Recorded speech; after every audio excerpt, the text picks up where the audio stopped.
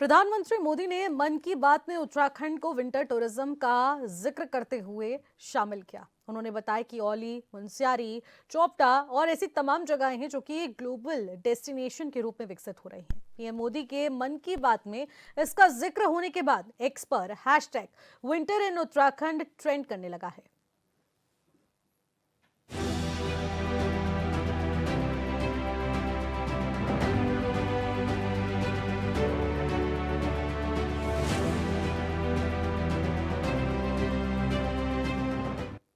नमस्कार, आप देख रहे हैं क्वेश्चन और मैं हूं आपके साथ निशि भाटिया। उत्तराखंड आने वाले पर्यटक और तीर्थ यात्रियों की संख्या साल दर साल बढ़ती जा रही है। अब प्रधानमंत्री मोदी ने मन की बात कार्यक्रम में उत्तराखंड का जिक्र किया और सर्दियों के मौसम को हिमालय का गोल्डन टाइम बताया और लोगों से अपील की कि घूमने आना है तो उत्तराखंड को ही चुनें। मन की बात कार्यक्रम से उत्तराखंड सरकार की गई प्रशंसा पर कांग्रेस ने भी तीखा तंज कसा है और इसे चुनाव से पहले का ढोंग बताया है। मन की बात पर सियासत में आखिरकार क्या कुछ रंग निकलकर सामने आए हैं, क्या कुछ चल रहा है, इस रिपोर्ट के जरिए देखेंगे, फिर करेंगे चर्चा की शुरुआत।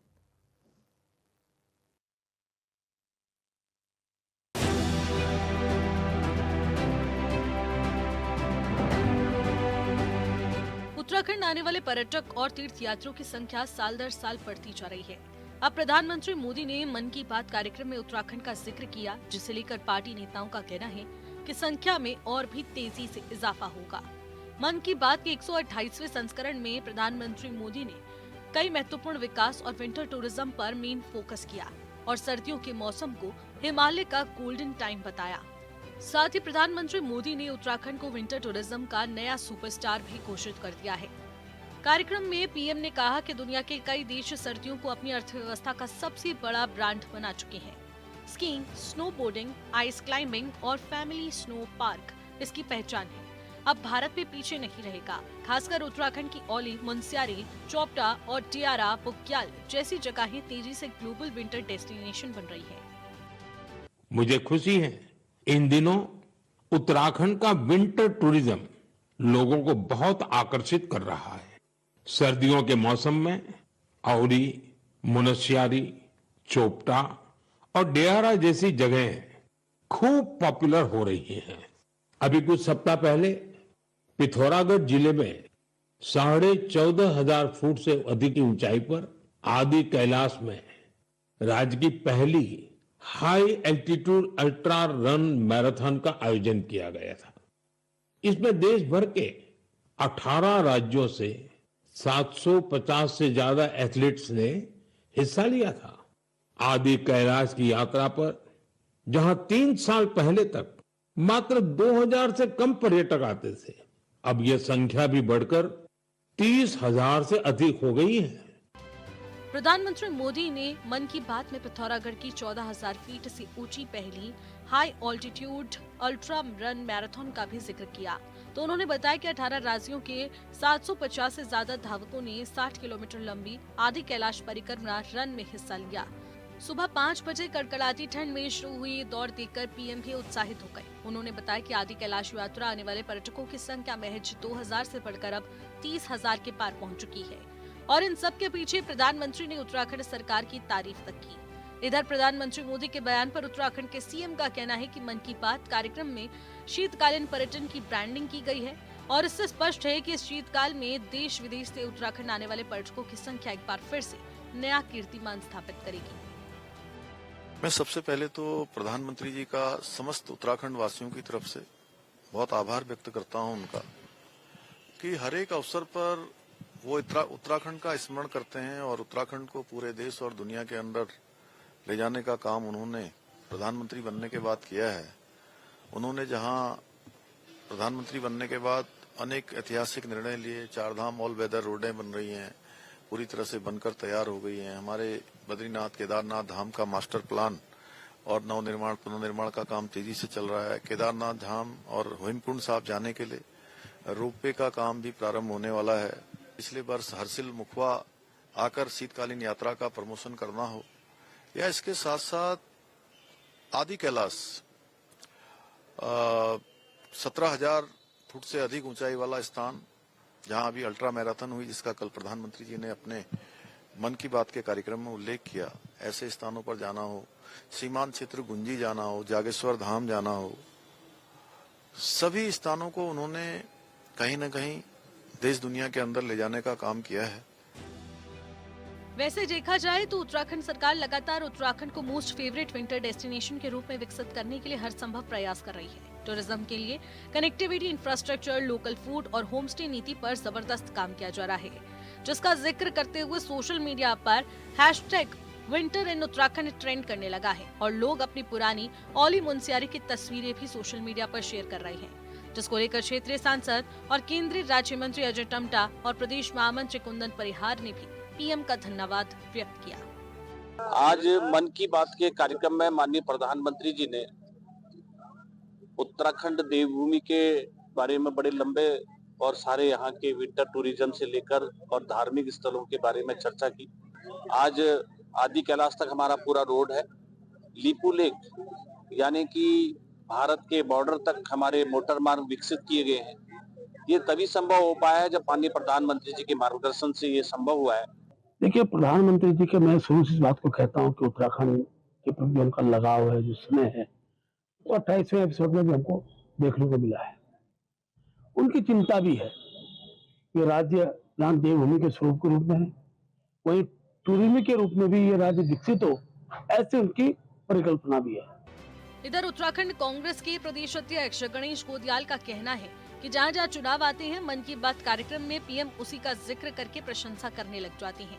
पहले बिहार, अब उत्तराखंड, क्योंकि उत्तराखंड में चुनाव है तो प्रधानमंत्री मोदी को उत्तराखंड की याद आ गई, वरना रजत जयंती पर तो यहाँ आकर कोई सौगात तक नहीं दी गई। आगे गोदियाल ने कहा कि मन की बात में उत्तराखंड का जिक्र होना सिर्फ चुनाव से पहले का ढोंग है।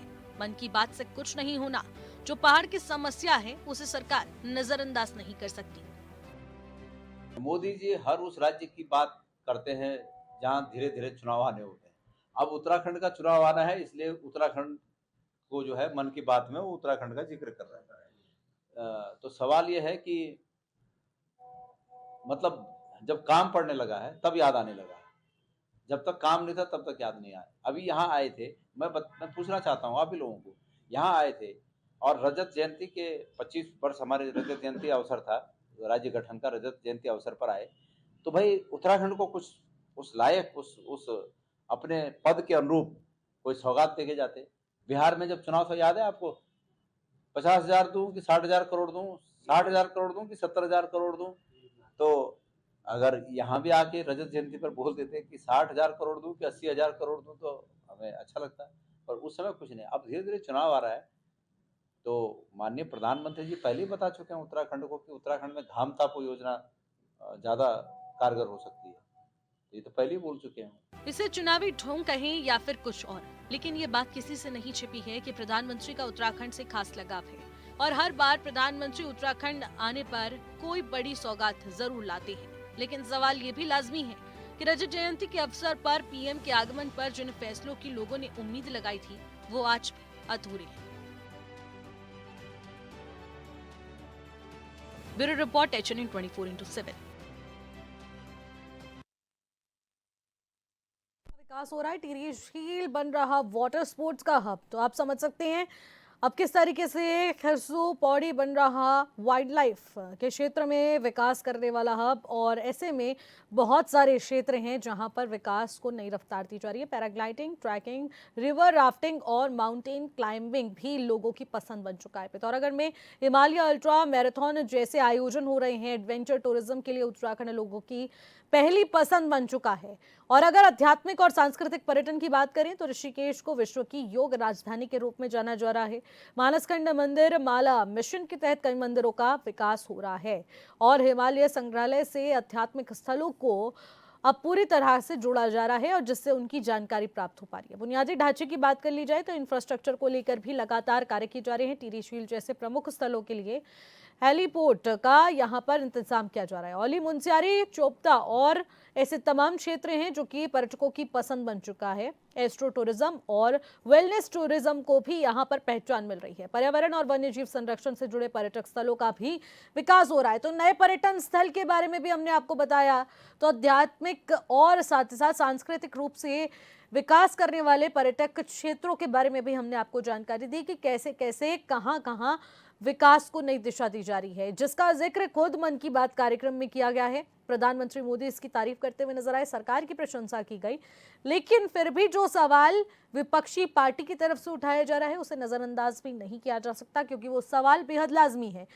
क्योंकि रजत जयंती पर जो उम्मीदें लगाई गई थी प्रधानमंत्री नरेंद्र मोदी से, वो अभी भी अधूरी हैं। तो ऐसे में इसको भी नज़रअंदाज नहीं किया जा सकता। इस टूरिज्म के पीछे पहाड़ की जो दशा है, तिशा है, उसको भी नज़रअंदाज नहीं किया जा सकता। लेकिन दूसरी तरफ एक क्षेत्र ऐसा भी है, टूरिज्म का क्षेत्र, जिसको विकास की गति देने के लिए सरकार लगातार प्रयास कर रही है। हर मंच से इस टूरिज्म क्षेत्र के लिए विकास को नई दिशा देने के बारे में जानकारी साझा की जाती है और लोगों को अपील की जाती है कि आप घूमने के लिए उत्तराखंड जरूर आएं।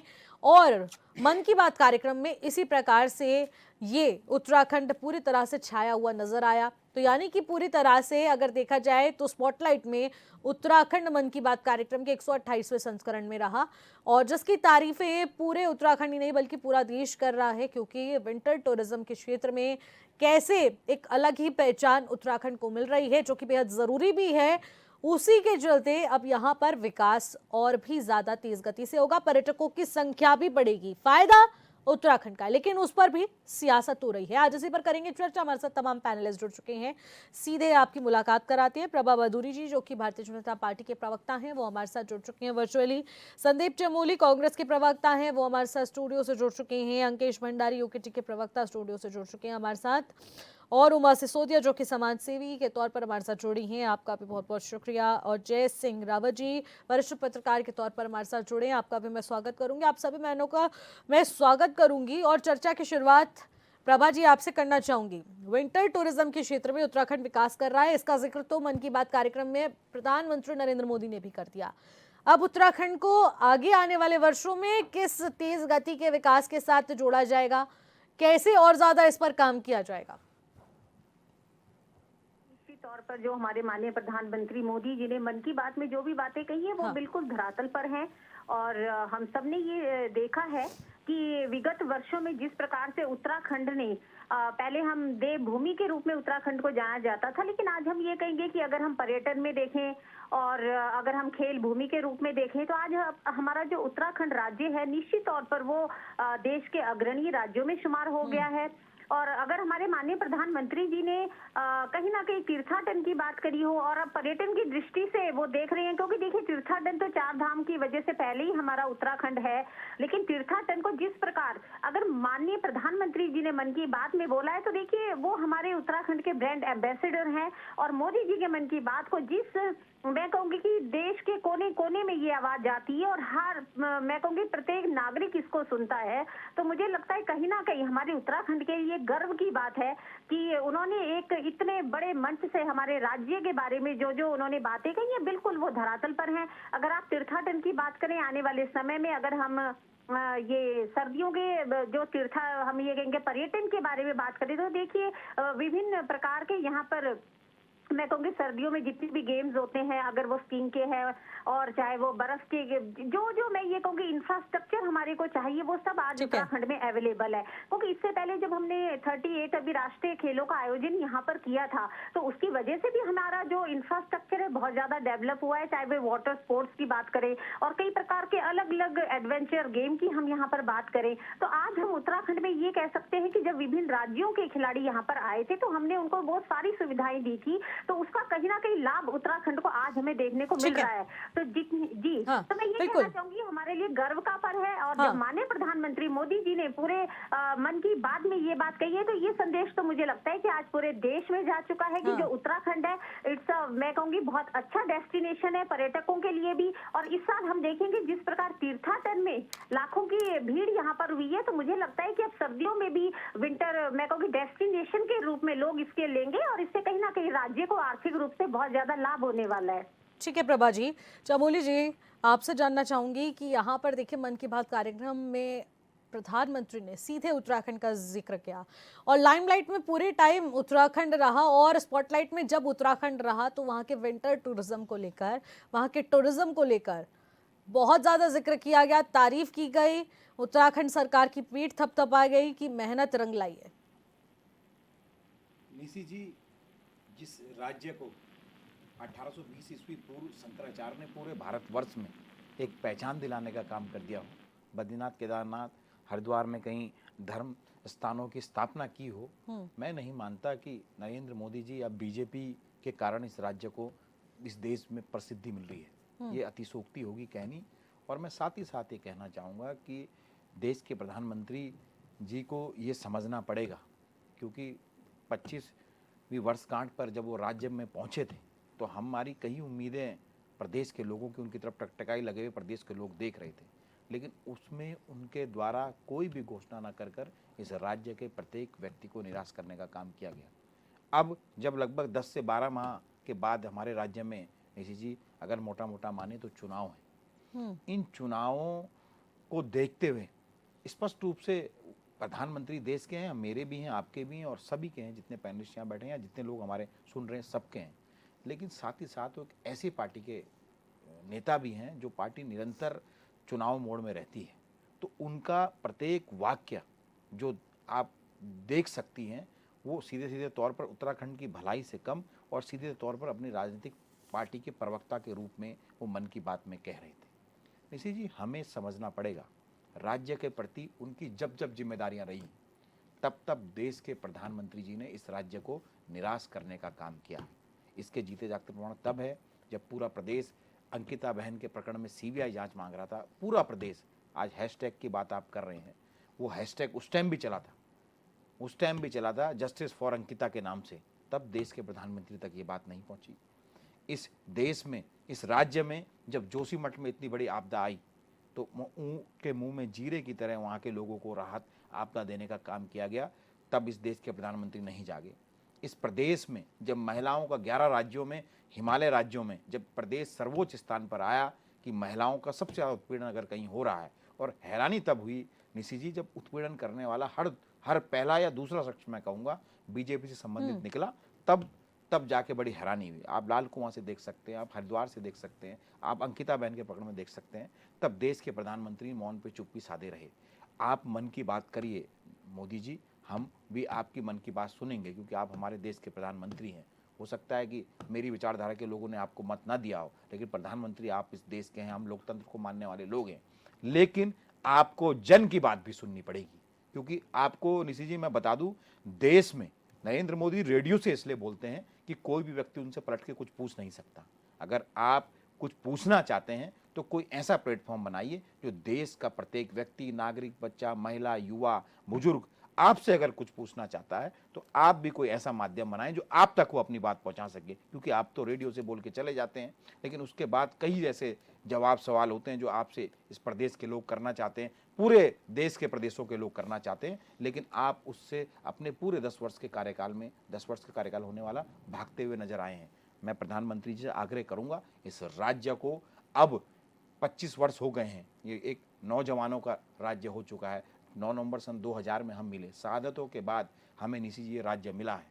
हमारे माताओं, बहनों ने, बुजुर्गों ने, युवाओं ने अपने प्राणों का बलिदान देकर हमें ये राज्य दिलवाया है। तो इस राज्य के प्रति उनकी जिम्मेदारी सबसे ज़्यादा बनती है, क्योंकि अकेले देश के राज्यों में अकेला ऐसा राज्य है जो शहादतों के बाद मिला है। तो मैं देश के प्रधानमंत्री जी से आपके माध्यम से मांग करता हूँ कि चुनावी वादे ना करिए, घोषणा करिए, इसको बिहार ना बनाइए कि आपने 10-10 हज़ार रुपये लोगों को दे दिए। आज मैं कई मीडिया प्लेटफॉर्मों पे देख रहा था कि लोग बचे हुए अगले महीने की 10,000 की किस्त के लिए दर दर भटक रहे हैं। तो कुछ ऐसा करिए, आप वो वादा ना करिए कि 14 लाख नौकरियां देंगे, आप वो ऐसा वादा करिए जो इस राज्य के लोग आप पे विश्वास कर सके। लेकिन अंकेश जी, आपको क्या लगता है कि इससे फायदा पहुंचेगा या फिर नहीं पहुंचेगा? क्योंकि मन की बात एक ऐसा प्लेटफॉर्म है जो कि रेडियो के माध्यम से साझा किया जाता है, जिसको लाखों नहीं बल्कि करोड़ों लोग सुनते हैं। निशी जी, मैं तो ये कहना चाहूँगा कि प्रधानमंत्री जी मन की बात से ज़्यादा काम की बात करते तो बहुत अच्छा लगता हमें। और जिस तरह से संदीप भाई ने बताया कि जब आप एक देश के मुखिया किसी राज्य में आते हैं तो उनसे बहुत सारी उम्मीदें होती हैं वास्तविक रूप से, क्योंकि जिस तरह से प्रदेश आपदा से जूझ रहा था, उसके बाद प्रधानमंत्री जी का यहाँ पर आगमन होना रजत वर्ष जयंती के उपलक्ष्य में, तो उस समय हमें इतनी बहुत सारी उम्मीदें थी। लेकिन उसके बाद भी आप देखिए धराली में जो आपदा आई, थराली में जो आपदा आई, नंदानगर, सैंजी, ऐसी हमारे पिथौरागढ़ में जिस तरीके से जो आपदा से प्रभावित लोग रहे हैं, आज तक उनको राहत किसी भी तरह से नहीं पहुंच पाई, किसी भी तरह से उनको मुआवजा नहीं मिल पाया फौरी तौर पर। तो हम देख रहे हैं उन सारे प्रकरणों को। उसके बाद जब सरकार, प्रदेश सरकार के द्वारा 5700 करोड़ का जो उनके द्वारा एक एस्टिमेट बनाया गया था, लेकिन उसके बाद जो है कि प्रधानमंत्री जी के द्वारा 1200 करोड़ ही दिया जाता है। और इस तरह से आप यदि इस प्रदेश को जो है मन की बात कर करके एक चुनावी दौर में, क्योंकि चुनाव आने वाले हैं, तो मुझे लगता है कि प्रधानमंत्री जी के मन में कहीं ना कहीं चुनाव को लेकर के भी कोई शंका है। इस प्रदेश में आज जिस तरीके का माहौल बना हुआ है, उनको भी डर है कि आने वाले समय में जो है निश्चित रूप से सत्ता से तो बाहर जाएंगे ही जाएंगे, लेकिन यदि इस तरीके का कुछ चुनावी भ्रमार जो छोड़ देने का काम जिस तरह से वो हमेशा से करते आए हैं, और आने वाले समय में मुझे लगता है कि इसमें जो है, क्योंकि भारतीय जनता पार्टी के लोगों को तो सिर्फ एक शिगुफा मात्र चाहिए होता है, उनको कैसे लोगों को भरमाया जाए, कैसे उनको जो है वास्तविक समस्याओं से जो है कि भगाया जाए, ताकि वो उन चीज़ों की बात ही ना करे जो वास्तविक रूप से उनको ज़रूरत है। आज इस प्रदेश में स्वास्थ्य के लिए जो है हर प्रदेश के हर जिलों, हर कोने से जो है आवाज़ें उठ रही हैं। शिक्षा को लेकर के देखिए आप प्रदेश की कितनी बदहाल स्थिति है। और जहाँ तक बात है सड़कों की, तो आज भी हम इस 78 वर्ष जब देश आज़ाद हो गया और 25वीं वर्ष गांठ हम राज्य को प्राप्त होने के बाद मना रहे हैं, उस दौर में भी हम यदि आज सड़क और पानी और शिक्षा और स्वास्थ्य जैसे बुनियादी सवालों पर हम लड़ रहे हैं, तो ये हमारा सबसे बड़ा दुर्भाग्य है। और जब यह राज्य बनाने का उद्देश्य सही, जो हमारे आंदोलनकारी थे उनका उद्देश्य यही था कि इस राज्य पर्वतीय अंचल का विकास यहाँ पर्वतीय क्षेत्र में रह करके हो। और उस समय आज वो सोचते होंगे, वो आत्माएं भी सोचती होंगी कि हमने ये प्रदेश वास्तविक रूप से बनाया किसके लिए था, कि जो लोग सत्ता में बैठ करके सिर्फ सत्ता की मलाई खाने की बात कर रहे हैं और मलाई का स्वाद ले रहे हैं, लेकिन वास्तविक हक और हकूक़ों के लिए कोई बात करना नहीं चाहता इस प्रदेश में। आज स्वास्थ्य रूप से यदि प्रधानमंत्री जी इसको लेकर के यदि वो सही रूप में बात करना चाह रहे थे, तो आज तक इन पिछले 8 वर्षों में उनके द्वारा क्या कार्य किए गए उनकी सरकार के द्वारा, क्योंकि दोनों जगह उनकी सरकार रही है, चाहे केंद्र में कहूँ मैं बात या फिर राज्य में कहूँ, इन 8 वर्षों में भारतीय जनता पार्टी की सरकार दोनों जगह रही है और दोनों जगह वो आराम से इस चीज़ को कर सकते थे इस प्रदेश में। लेकिन अब आप सुनिए कि आप देखिए कि अंतिम चुनावी वर्ष में आप इस तरह की बातें कर रहे हैं, तो ये कहीं ना कहीं नागवार गुजरती है। और ये लगता भी है कि चुनावी मौसम के लिए आप सिर्फ ये बातें कर रहे हैं, जो कि आपको लगता है कि तो मतलब यूकेडी भी यही समझती है कि एक चुनावी भाषण हम समझ बोल ले सकते लेंगे। हैं। ठीक है उमा सिसोदिया जी, देखिए तीर्थाटन के क्षेत्र में तो उत्तराखंड की पहचान पहले से ही है, लेकिन पर्यटन के क्षेत्र में इसको और ज्यादा विकसित करने के लिए उत्तराखंड सरकार अपनी पीठ खुद थपथपाती हुई नजर आती है। लेकिन अब इसको प्रधानमंत्री मोदी ने भी स्वीकार कर लिया और मन की बात कार्यक्रम से उत्तराखंड सरकार की पीठ थपथपाई गई कि जब से सरकार सत्ता में आई है, डबल इंजन की सरकार ने तीर्थाटन और पर्यटन के क्षेत्र में उत्तराखंड की तस्वीर बदल कर रख दी है। क्या वाकई में उत्तराखंड को फायदा पहुंच रहा है और पर्यटक आ रहे हैं? देखिए, उत्तराखंड में पर्यटक बढ़ रहे हैं, बहुत अच्छी बात है। उत्तराखंड में तीर्थाटन बढ़ रहा है, बहुत अच्छी बात है, हम स्वागत करते हैं। लेकिन उत्तराखंड में प्राकृतिक आपदाएं लगभग 3000 गुना बढ़ चुकी हैं, इसका जिम्मेवार कौन है? आप आ रहे हैं पूरे देश से, आप हमारे यहाँ आइए, पूरे वर्ल्ड से आप हमारे यहाँ आइए। प्रधानमंत्री मोदी जी अगर उत्तराखंड के पर्यटन की बात करते हैं तो ठीक है, हम उसका स्वागत करते हैं, इसमें कुछ बुराई नहीं है कि हमारे प्रदेश का पर्यटन बढ़े, हमारे प्रदेश की इकोनॉमी बढ़े, बहुत अच्छी बात है। लेकिन क्या प्रधानमंत्री मोदी जी ने पिछले 4 महीने पूरे बरसात के उत्तराखंड ने जो भयानक आपदा देखी है और जो वीडियो जो वायरल हुए पूरे सोशल मीडिया पर, पूरे वर्ल्ड में जो वीडियो वायरल हुए हैं, क्या उनका संज्ञान लिया? क्या आप हमें बता सकते हैं कि उस आपदाओं के बाद हमारे प्रदेश की सरकार ने क्या क्या ऐसे कार्य किए कि अगली बार हम ये आपदा नहीं भुगतेंगे? अगली बार उत्तराखंड का जो बरसात का मौसम है बहुत बेहतरीन रहेगा। आप आइए हमारे यहाँ, आप हमारे यहाँ गर्मियों में आइए, आप हमारे यहाँ सर्दियों में आइए, तो बरसात झेलने के लिए हम उत्तराखंडी बचे हैं। क्या बरसात की आपदा झेलने के लिए हमारे ही गांव और पोखर बचे हैं, हमारे ही मवेशी बचे हैं और हम ही लोग बचे हैं कि हम रात को डर डर के सोएं कि आज हमारे ऊपर पहाड़ ना गिर पड़े, हमारा ये जो हमारे जो मकान है ये बह ना जाए और हम लोग जा जा के पहाड़ों पर अपनी शरण लें?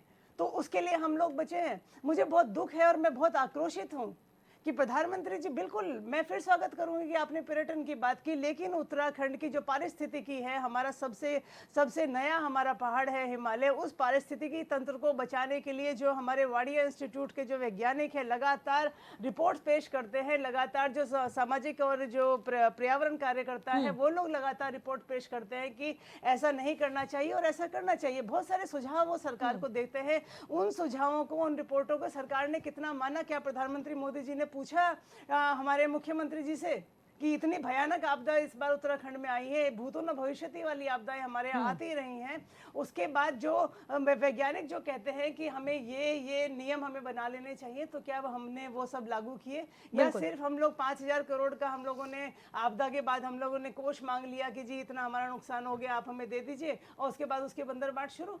क्या वो जो पैसे आया है, जो केंद्र से जो पैसा रिलीज हुआ, क्या वाकई में वो आपदा के जो प्रभावित क्षेत्र हैं उन पर लगा, या कुछ ऐसी देखिए हमारा हाई कोर्ट, सुप्रीम कोर्ट भी इस बात को बोलता है कि आपदा जो है ये परमानेंट हो गई है उत्तराखंड में, ये हर साल आती है, ये कोई ऐसी चीज नहीं है कि सरकार को पता ही ना चले कि भाई आपदा आने वाली है। और उसको भौगोलिक परिस्थिति बता दिया जाता है। भौगोलिक परिस्थितियां नहीं है निशी जी, ये हमारी मानव जन्य वजह से ही ये डिजास्टर्स आ रहे हैं। पर्यटन के साथ साथ हमें अपने लोगों को किस तरीके से इन आपदाओं से बचाना है, क्योंकि दोनों इंटरकनेक्टेड हैं। पर्यटन, तीर्थाटन इक्वल टू आपदा, ये तीनों चीजें एक दूसरे से इंटरकनेक्टेड हैं। आप लोग आइए, स्वागत है, लेकिन यहाँ के जो मूल निवासी हैं, हम लोग जो यहाँ के निवासी हैं, हम लोग आपदाओं से कैसे बचे, इसके बारे में भी प्रधानमंत्री जी को जरूर कहना चाहिए था, क्योंकि अगर हम तीर्थाटन में पूरे वर्ल्ड में जा रहे हैं तो आपदा के लिए भी हम पूरे विश्व में बदनाम हो चुके हैं। उत्तराखंड एक ऐसी जगह है जहाँ पर आप बरसात में बिल्कुल, लेकिन इसका जिक्र कभी मन की बात कार्यक्रम में नहीं होता और इस पर दुख व्यक्त भी नहीं किया जाता, उल्टा चुनावी सभाओं में जाकर अपने चुनावी भाषण दे दिए जाते हैं, लेकिन उसमें भी उत्तराखंड का जिक्र नहीं होता।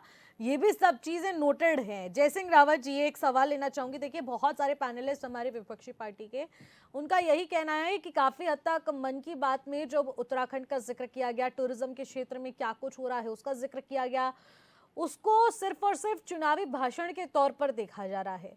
क्या वाकई में ये चुनाव से पहले का भाषण है और ये तैयारी वही चुनाव के लिए की जा रही है, या फिर वाकई में उत्तराखंड का इससे कुछ इंटरकनेक्शन है? देखिए, कोई भी राजनीतिक दल चुनाव के ही दृष्टिकोण से उसी को फोकस करके अपना कार्यक्रम चलाता है, तो इसमें अगर मोदी जी ने भी किया, इसमें नई बात तो कुछ नहीं है। कोई और भी प्रधानमंत्री होते हैं तो चुनाव होने वाले हैं तो करते, वो भी वही बात करते, सवाल वो नहीं है। और विपक्ष का काम है, विपक्ष उसकी आलोचना करेगा, तो करना भी चाहिए उनको, ताकि सरकार, कोई भी सरकार निरंकुश ना हो जाए। उसको चेक एंड बैलेंस डेमोक्रेसी में जरूरी है, ये बात अलग बात है। लेकिन मैं कह रहा हूँ, प्रधानमंत्री जी ने कहा, उसका फायदा निश्चित रूप से होगा। आप जाने, केदारनाथ में बैठे थे गुफा में, तो हम तो पिछले 40 साल से ज्यादा रिपोर्टिंग करते रहे, लिखते रहे हैं। बद्रीनाथ में हमेशा बहुत ज्यादा वो तीर्थयात्री आते थे, केदारनाथ में कम आते थे। वो 9 लाख 10 लाख बद्रीनाथ में आते थे, 6-7 लाख आपके केदारनाथ में आते थे।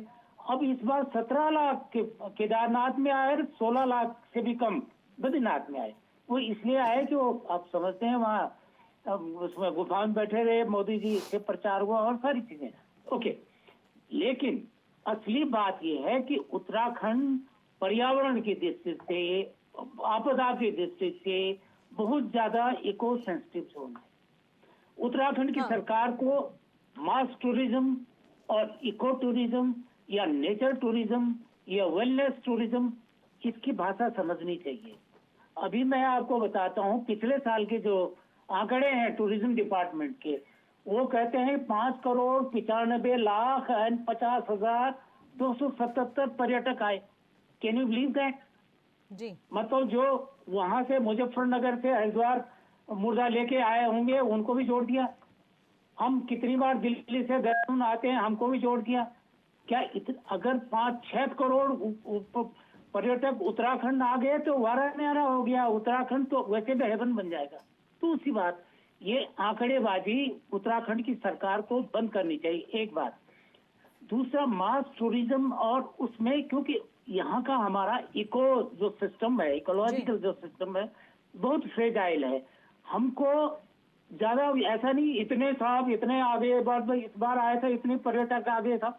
अरे तीर्थाटन और पर्यटन को अलग रखो।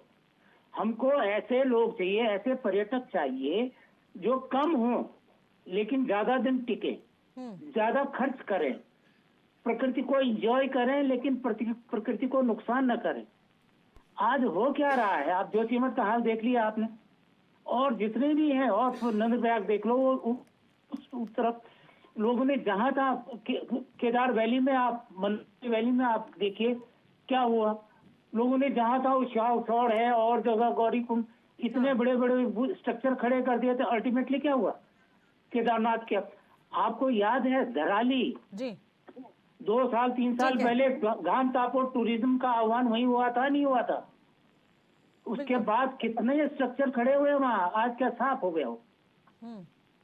तो इस तरह से हम करें, हमारी सरकार को जो भी करे ध्यान रखना चाहिए। हमारा जो इकोसिस्टम है, हमारे यहाँ जो आपदाएं हैं, इसको ध्यान में रख के यहाँ का विकास करना चाहिए। तीर्थाटन और पर्यटन को बिल्कुल अलग रखो।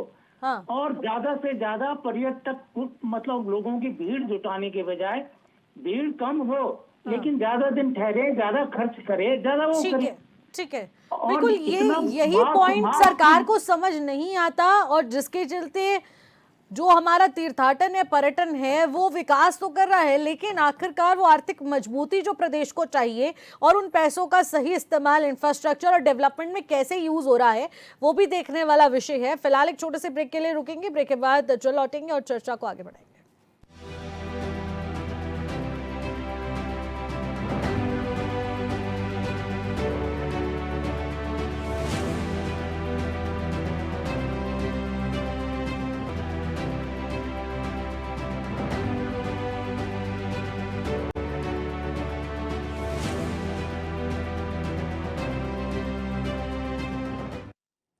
ब्रेक के बाद एक बार फिर से आपका स्वागत करते हैं, और क्वेश्चन आवर में सीएम की तारीफ, उत्तराखंड की ब्रांडिंग पर चर्चा हो रही है, क्योंकि मन की बात में पूरे समय उत्तराखंड छाया रहा, लेकिन वाकई में क्या उत्तराखंड को इससे फायदा पहुंच पा रहा है या फिर इसको चुनावी भाषण के तौर पर देखा जा रहा है? ऐसे बहुत सारे सवाल हैं। प्रभा बदूनी जी हमारे साथ हैं और तमाम पैनलिस्ट भी हमारे साथ लगातार बने हुए हैं। प्रभा जी, देखिए सवाल यहाँ पर यही उठ रहा है बार बार कि चुनाव आने वाली हैं, तब जाकर अब प्रधानमंत्री मोदी को उत्तराखंड की याद आ गई है। उससे पहले उत्तराखंड कहाँ था? हालांकि इस बात से कोई नहीं मुकर सकता कि प्रधानमंत्री का उत्तराखंड के प्रति गहरा लगाव है, लेकिन वो गहरा लगाव अगर देखा जाए तो रजत जयंती पर नजर नहीं आया।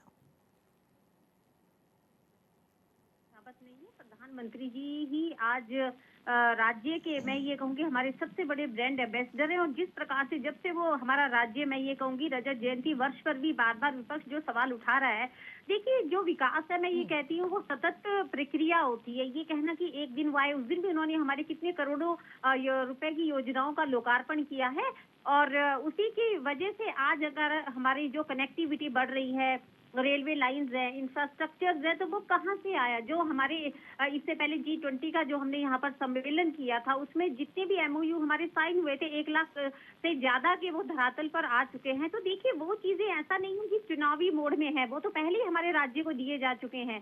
जहाँ तक रही आपदा का मैं प्रश्न कहूंगी, तो उसमें भी हमारे माननीय प्रधानमंत्री जी अपना दौरा बीच में छोड़कर उत्तराखंड आए थे, और उन्होंने सभी जितने भी वहाँ पर आपदा ग्रसित, मैं कहूँगी, वहाँ के परिवार थे, उन सबको देहरादून सबसे वो मिले थे, और बहुत सारे जो पुनर्वास के कार्य चल रहे हैं वहाँ पर, उसी हिसाब से आकलन सरकार के द्वारा भी किया जा रहा है। लेकिन इसको लेकर ठोस नीति क्यों नहीं बन पा रही है? जब मन की बात कार्यक्रम से इसका जिक्र हो सकता है कि टूरिज्म के क्षेत्र में उत्तराखंड बढ़ रहा है, लेकिन जो पहाड़ की समस्या है उसको लेकर मन की बात कार्यक्रम में जिक्र क्यों नहीं होता? देखिए निशी जी, ऐसा नहीं है कि पहाड़ की जो समस्याएं हैं, देखिए अगर उनको पहाड़ों की समस्याओं के बारे में पहाड़ से उनका लगाव नहीं होता तो वो बार बार, आप देखिए जब भी उनको मौका मिलता है तो वो सीधे पहाड़ आ जाते हैं। और माननीय मुख्यमंत्री जी ने की जो योजना है, अब देखिए अगर हम मुख्यमंत्री ग्राम सड़क योजना की भी बात करें तो उन्होंने साफ कहा है, रजत जयंती वर्ष पर ही उन्होंने ये घोषणा करी थी कि अगर किसी गाँव में 50 लोग भी है तो बहुत जल्दी ही उन 50 लोग भी उस गाँव में रहते हैं तो वहां तक हमने सड़क पहुँचाने का काम उसको भी हम करेंगे। जाएंगे। तो अब ऐसा नहीं है कि किसी गांव से अगर पलायन हो गया है, वहां पे 30 लोग भी हैं, 40 लोग भी हैं, तो वहां तक भी सड़क पहुंचाने का काम हमारी सरकार कर रही है। अगर स्वास्थ्य के बारे में देखें, हम ये नहीं कह रहे हैं कि हमने इसमें 100% हमें उपलब्धि मिल गई है, लेकिन अगर हम इसको रजत जयंती वर्ष में जब हमारा 3 दिन का हमने यहाँ पे स्पेशल मैं कहूंगी एक सत्र भी आयोजित किया था, उसमें भी यही चर्चा की गई थी। तो देखिए कहीं ना कहीं जो राज्य है वो निरंतर आगे बढ़ रहा है, चाहे वो स्वास्थ्य हो, शिक्षा हो, और माननीय प्रधानमंत्री जी का ही मैं कहूंगी मार्गदर्शन है कि आज जो उत्तराखंड है, जब ये 3 राज्य बने थे नए हमारे, तो उनमें आज अगर आप देख ले तो छत्तीसगढ़, झारखंड और उत्तराखंड में एक उत्तराखंड ही है जो सबसे मैं कहूंगी विकसित भी है, अपनी परंपराओं को भी साथ लेके चल रहा है, अपनी संस्कृति को भी सजोए रखा है। तो मैं कहूंगी ये सारी चीजों का आकलन भी बहुत जरूरी है। और विपक्ष का क्या काम हो, अगर हम देखें तो केवल विरोध करना काम है। लेकिन प्रभा जी, ये भी तो समझना होगा कि हमारे पहाड़ जो तीर्थाटन, पर्यटन और पर्यटकों को बुला रहे हैं हम लोग, क्या हमारे पहाड़ों में वो क्षमता भी है कि हम उन्हें झेल पाएंगे? देखिए निशी जी, आजकल जितना क्योंकि इसको लेकर तो सरकार गंभीर नहीं है, आंकड़ों पर मेन फोकस है। ठीक है, आती हूँ प्रभा जी आप पे। चमोली जी, यही सवाल आपसे भी लेना चाहूंगी, क्या सरकार इसको लेकर भी गंभीर है या फिर सिर्फ आंकड़ों पर ध्यान है? निशी जी, मैं आप सबका ध्यान एक महत्वपूर्ण चीज की तरफ खींचना चाहूँगा। इस 27 तारीख को दिल्ली में पूरे हिमालय राज्यों से प्रतिनिधि बुलाए गए थे। हमारे यहाँ एक पर्यावरणविद और अर्थशास्त्री हैं डॉक्टर प्रेम बहुखंडी, उनके नेतृत्व में मुझे भी जाने का अवसर मिला, क्योंकि मैं भी एक हिमालय राज्य से आता हूँ। आपको जान के हैरानी होगी, इतने वर्षों तक मैं अपने राज्य में रह रहा हूँ, सरकार निरंतर पर्यटन बढ़ाने की बात कर रही है। वहाँ मुझे इतनी हैरानी हुई कि उत्तरकाशी से जो पर्यावरणविद आए थे, उन लोगों की चिंता इस पे थी कि लगातार जो गौमुख में ग्लेशियर है जिससे माँ गंगा निकलती है, वो 65% और तेजी से पिघलने का काम हो रहा है। तो मैंने जब इसको जानने की कोशिश की, बड़ी स्लाइडें उनके द्वारा दिखाई गई, तो ये जानकर हैरानी हुई कि जो लगातार वाहन गंगोत्री पहुंच रहे हैं, पूरे उत्तराखंड में जो लगातार वाहन पहुंच रहे हैं, उनसे जो धुआं निकल रहा है, वो धुआं जाकर ग्लेशियर पे जमता है, तो ग्लेशियर की जो पिघलने की क्षमता होती है और तेजी से बढ़ जाती है। सरकार को ऐसी चीज़ों पे चिंतन करने की आवश्यकता है, क्योंकि ये हमें हमारे पूर्वजों को द्वारा मिली हुई संस्कृति है। इस हम तब हैं जब हिमालय है तो निशी जी हम हैं। इस हिमालय को देखने के लिए लोग विश्व से आते हैं। ये भी जान के हैरानी हुई कि जो हमारी शिवालिक पहाड़ियाँ हैं वो बड़ी भुरभुरे पहाड़ है, कच्चे पहाड़ हैं। हमने उसको खोद कर उसकी छाती को नोच कर उसमें बीच बीच में सुरंगें बना दी हैं और रेल उस पर चलेगी। अच्छी बात है, विकास हो निशी जी, लेकिन एक कैसा विकास है जो हम लोगों के विनाश की इबादत लिख रहा है। आपको जानकर हैरानी होगी कि वैज्ञानिक ये कह रहे थे कि 1 वर्ष तक भी वो जो सुरंगें हैं वो टिक नहीं पाएगी। हल्के कंपन से अगर नई रोड का निर्माण होता है पहाड़ों पे, ये हमारे सब साथी यहाँ बैठे हैं, तो अगर वहाँ ब्लास्ट जब होता है तो मात्र उस ब्लास्ट से ही आसपास के मकानों में हमारे यहाँ दरार आ जाती है। सोचिए जब बड़े बड़े पहाड़ों को खोदा गया होगा, उनमें जब सुरंगें बनाई गई हो, तो क्या स्थिति उत्तराखंड की होगी। सरकार को ये समझना पड़ेगा। आप पर्यटन बढ़ावा दे रहे हैं, बढ़ावा दिए, पर्यटन को दिए, लेकिन ऐसी आय का हम क्या करेंगे? क्योंकि अगर हम ऐसी आय प्राप्त करेंगे तो हम अपने ग्लेशियर को खो देंगे, अपने पहाड़ को खो देंगे, अपनी स्वच्छता को खो देंगे। अब आपको पता है दिल्ली की क्या स्थिति है? आप मेट्रो सिटी की ये स्थिति है कि वहां के लोग दिल्ली छोड़कर भाग रहे हैं। किसी को गले की बीमारी हो रही, किसी को आंखों की बीमारी हो रही, किसी को फेफड़े की बीमारी हो रही। दिल्ली रहने लायक नहीं रहा है। उसकी जिम्मेदार ये वाहन है, हम लोग हैं। सरकार को सचेत होना पड़ेगा। मैं खुद जानकर हैरानी हूं, सरकार को ऐसी गोष्ठियां इस प्रदेश में करानी पड़ेगी। आप आए, आपका स्वागत है, लेकिन आप एक संस्कृति को विनाश की तरफ बढ़ा रहे हैं। ऐसा ना हो कि हम भी मेसोपोटामिया की सभ्यता हो जाएं कि बहुत समय बाद पता चलेगा भाई उत्तराखंड भी एक राज्य था। निशी जी, बड़ी हैरानी की बात है। ये ग्लेशियर, ये नदियां, ये जल जंगल जमीन, इनको लेकर इनको संरक्षण हो सके इसलिए राज्य बना था। लेकिन विकास विनाश ना बन जाए। ऐसे विकास की चाह किसी को नहीं है। आप ऐसा विकास बिल्कुल भी ना करिए जिससे कि इस राज्य की विनाश की इबादत लिखी जाए।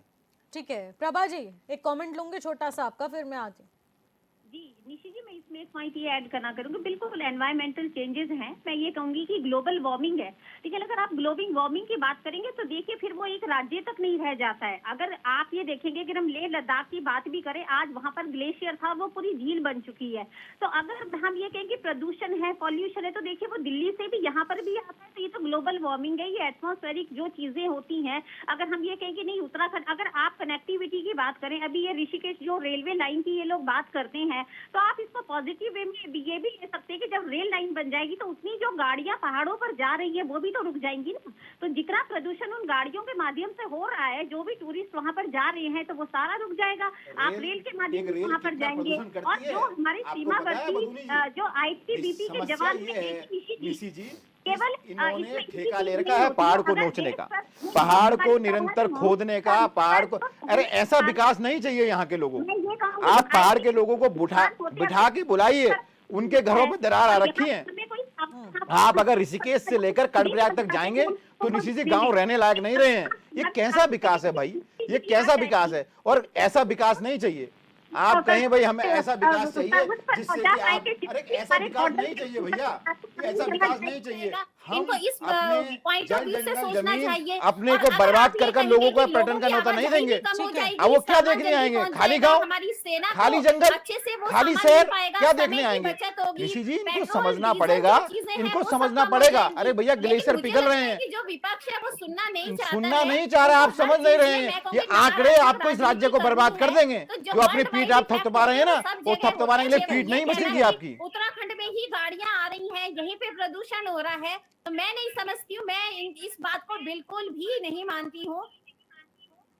क्योंकि मुझे लगता है कि विकास के साथ आजकल जो हमारे वैज्ञानिक जो भी हमें सुझाव देते हैं उसी के, अरे वैज्ञानिक की बात कर रहा हूँ मैं, किया जाता है। आजकल अगर वाडिया इंस्टीट्यूट वाले, वाडिया इंस्टीट्यूट की भी ग्लेशियर को लेके चिंताएं हुई हैं, जोशीमठ को लेके चिंताएं हैं। मान जाइए ये थराली और ये पिथौरागढ़, ये आपको प्रकृति चिता रही है, केवल आरोप लगाना आपको चिता रही है प्रकृति। के पास अतिक्रमण हो जा रहा है और किसके राज में अतिक्रमण फल फूल रहा है, और ऐसे जद पर जब आकर अतिक्रमण होगा फिर वो भी उसी का शिकार होते हैं। पहाड़ों में अनावश्यक विकास हो रहा है, क्षमता भी तो देखनी पड़ेगी ना कि हमारे पहाड़ वो विकास को झेल पा रहे हैं या नहीं झेल पा रहे हैं। कुछ ऑल्टरनेटिव प्लान भी होंगे। कोई प्लान नहीं, आंकड़ों का प्लान है।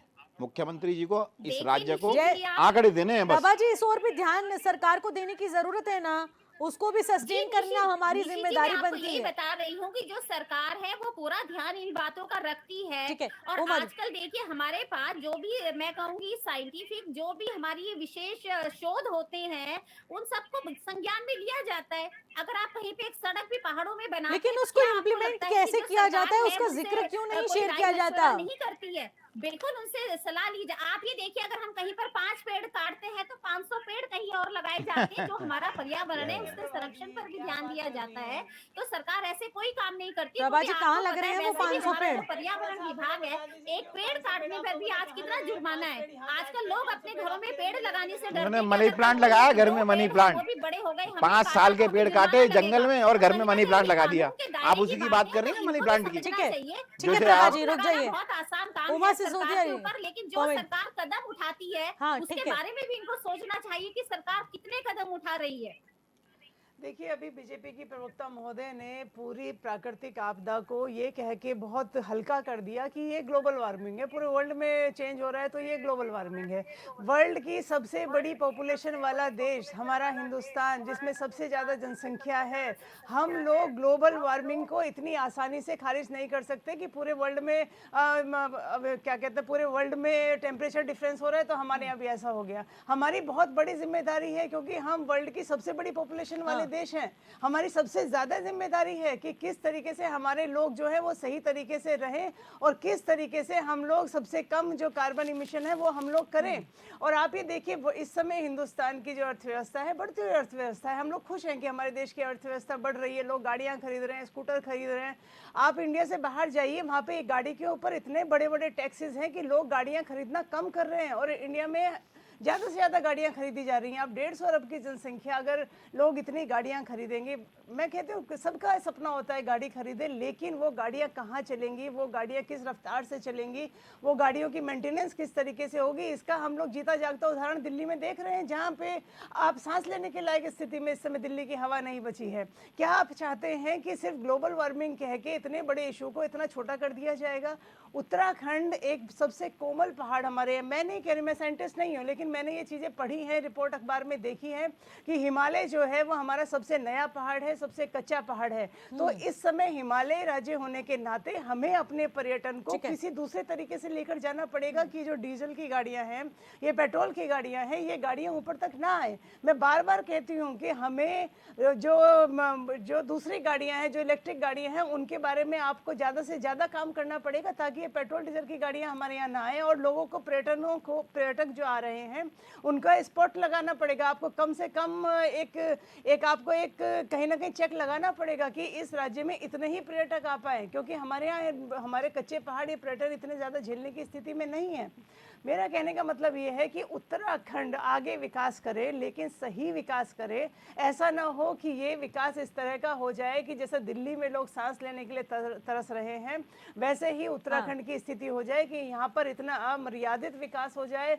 जो हमारा जंगल है, जिसको हम कहते हैं कि हमारे जो जंगल हैं वो कट के अब सिर्फ कंक्रीट के जंगल पर जब पर्यटन बढ़ेगा, पर्यटक आएंगे, तो उमा सिसोदिया जी, तो क्या लगता है कि गाड़ियां भी आएंगी, प्रदूषण भी होगा, फिर ग्लोबल वार्मिंग तो एक रीजन बन ही जाएगा ना कुल मिलाकर। सरकार को इसमें देखिए चेंजेस करने पड़ेंगे। हमारे यहाँ इलेक्ट्रिक गाड़ियों के लिए आपको व्यवस्था करनी पड़ेगी। मैंने बोला है कि यहाँ पर ऋषिकेश में कुछ इस तरह की व्यवस्थाएं करें कि जो गाड़ियाँ वहाँ बाहर से आ रही हैं वो गाड़ियाँ वहाँ पर रुक जाएं, और उसके बाद कुछ गवर्नमेंट अपनी इस तरह से व्यवस्था करे कि वहाँ से इलेक्ट्रिक गाड़ियाँ लेके हम लोग आगे जाएं, और पर्यटकों की संख्या जो है वो निश्चित की जाए।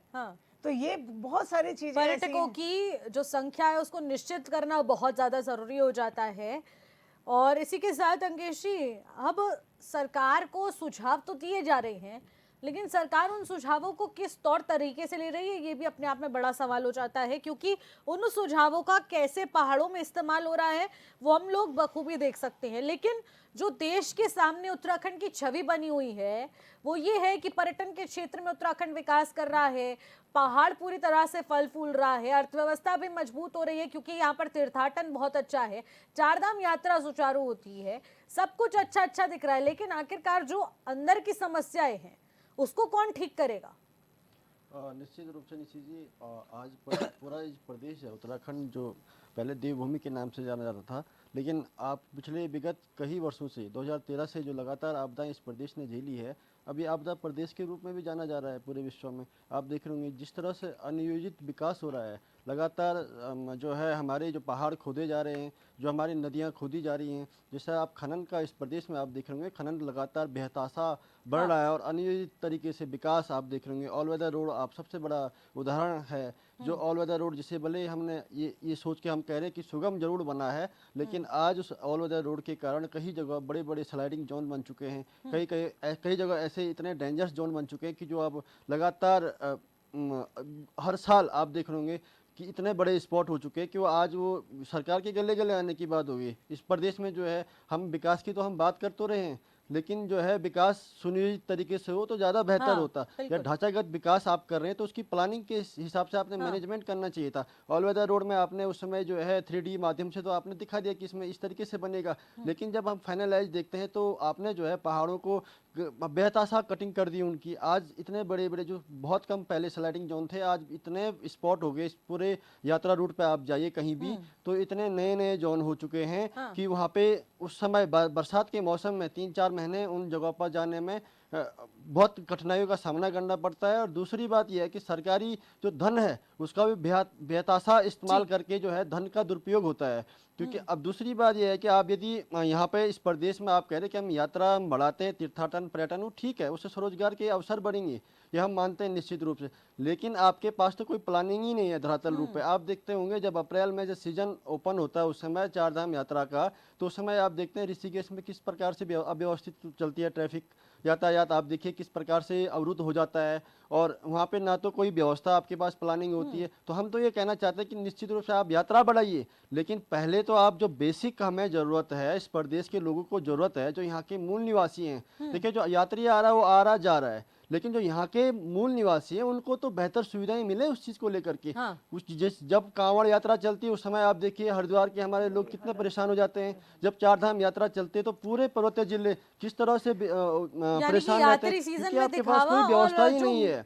ना तो आपके पास ट्रैफिक प्लान है, नहीं आपके पास ये प्लान है कि कैसे यात्रा में दबाव, जो वाहनों का दबाव है उसको रोक कम किया जाए, ना तो आपके पास पार्किंग की कोई उचित व्यवस्थाएं उन धार्मिक स्थलों पर। तो ये तमाम अव्यवस्थाएं हैं जिसको लेकर के भी सरकार को सोचने की आवश्यकता है। देखिए आप यात्रा बढ़ाइए, लेकिन आप उसके मुताबिक आप जो है सुविधाओं को भी तो बढ़ाओ। सुविधाओं को क्यों नहीं बढ़ाते हैं आप? ठीक है, जय सिंह जी से इसी पूरे डिबेट पर कमेंट ले लेते हैं। जय सिंह जी,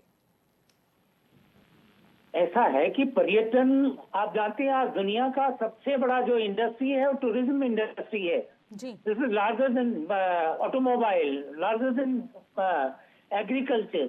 लेकिन इसका सवाल यह है कि पर्यटन की कई विधाएं हैं, हमारी सरकार को समझना। एक आजकल तो वेलनेस भी पर्यटन है, आपका आध्यात्मिक भी पर्यटन है, आपका जो नेचर है, जो नैसर्गिक सुंदरता है उसको एक्सप्लोर करना है। कुदरत कम से कम नुकसान पहुंचे, इस तरह का होना चाहिए। यहाँ भी बड़े बड़े होटल खड़े कर दिए, ये देखा नहीं कि इनकी इस जगह की कैरिंग कैपेसिटी क्या है। आप जोशीमठ का हाल देखो ना, क्या हाल है। उधर पीपल कोटी से लेके नीचे सारी चीजें वही हो रहा है। अभी जिक्र आ रहा था इसका कि ग्लेशियर की बात हो रही है। अभी मालूम है इस साल कितने वाहन गए हैं? 5,13,000 सीधे बद्रीनाथ। बद्रीनाथ का मतलब सतोपंथ के पास।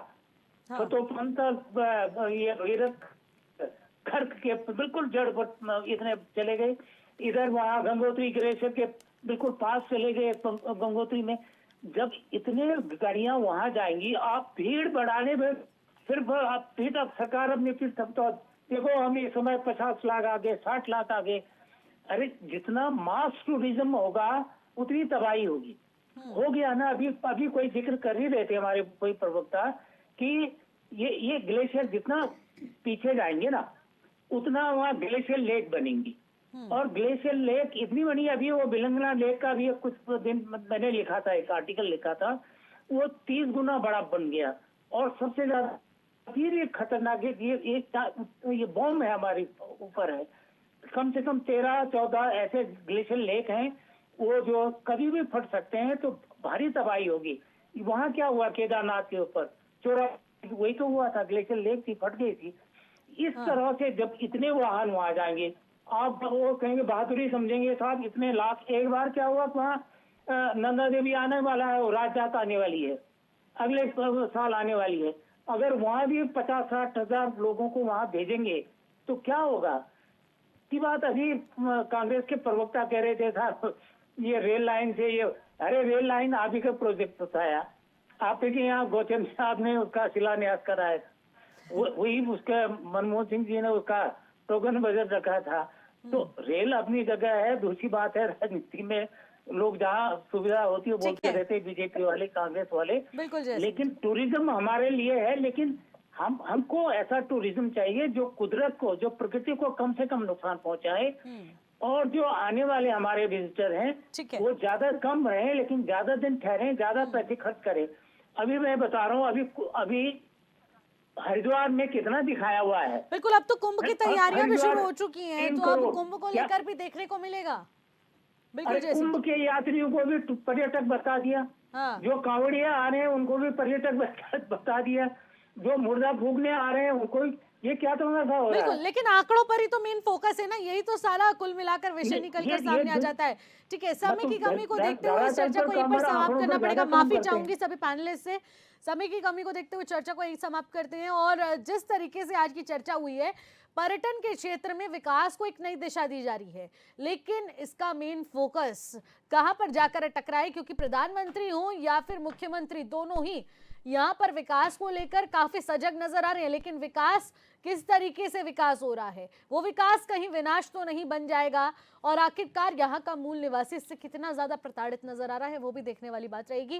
क्योंकि पर्यटन के क्षेत्र में सरकार जो महत्वपूर्ण कदम उठा रही है उसका खामियाजा हमें क्या कुछ भुगतना पड़ सकता है, और इसके जरिए क्या कुछ यहाँ पर आर्थिक फायदा पहुंचाने के लिए सरकार जो प्रयास कर रही है, दोनों का तालमेल कितना सटीक बैठेगा, ये भी देखने वाला विषय रहेगा। फिलहाल मुझे दीजिएगा इजाजत, नमस्कार।